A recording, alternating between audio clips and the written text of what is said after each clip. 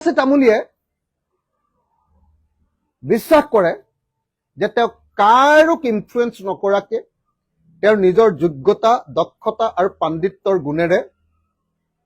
এই পোষ্টত তেখেতে জইন কৰিব পাৰিছে আৰু বহু যিমান আপোনাৰ কেণ্ডিডেট আছিলে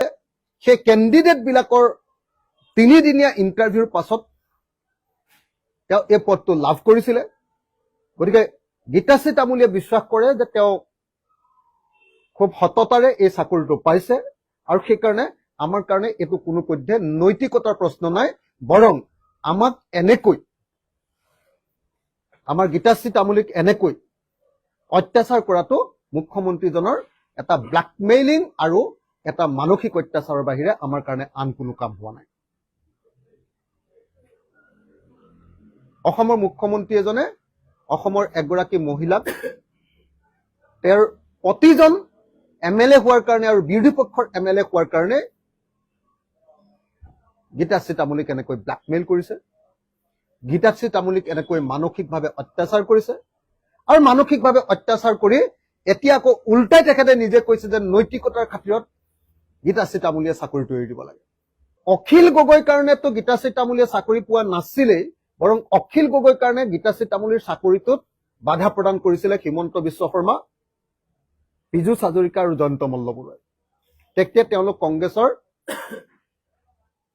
শিক্ষামন্ত্ৰী আছিলে হিমন্ত বিশ্ব শৰ্মা আৰু দুইজন কংগ্ৰেছৰ বিধায়ক আছিলে পীযুষ হাজৰিকা জয়ন্ত মল্লবৰুৱা বিধায়ক আছিলে আৰু সেই সময়ৰ আটাইতকৈ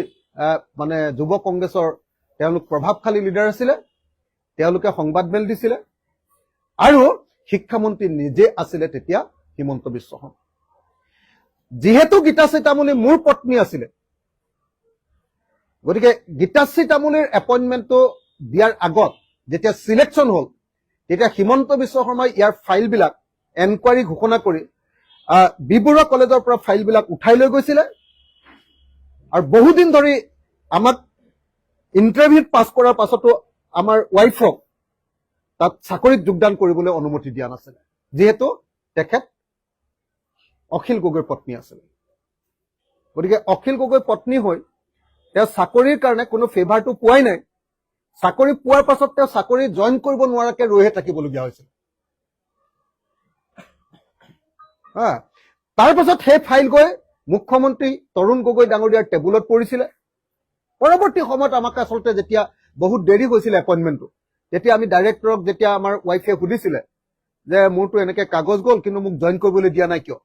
তেতিয়া ডাইৰেক্টৰে কৈছিলে যে আপোনাৰ ফাইল তৰুণ গগৈ ডাঙৰীয়াৰ তালৈ গৈছে আৰু তৰুণ গগৈ ডাঙৰীয়াই খুব পজিটিভ কমেণ্ট দি ফাইলটো ঘূৰাই পঠিয়াইছে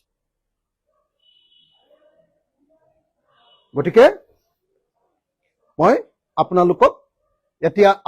এই কাহিনীটো কোৱাৰ পাছত এতিয়া আপোনালোকে নিজে কওক যে কোন নৈতিকতাৰ পিনৰ পৰা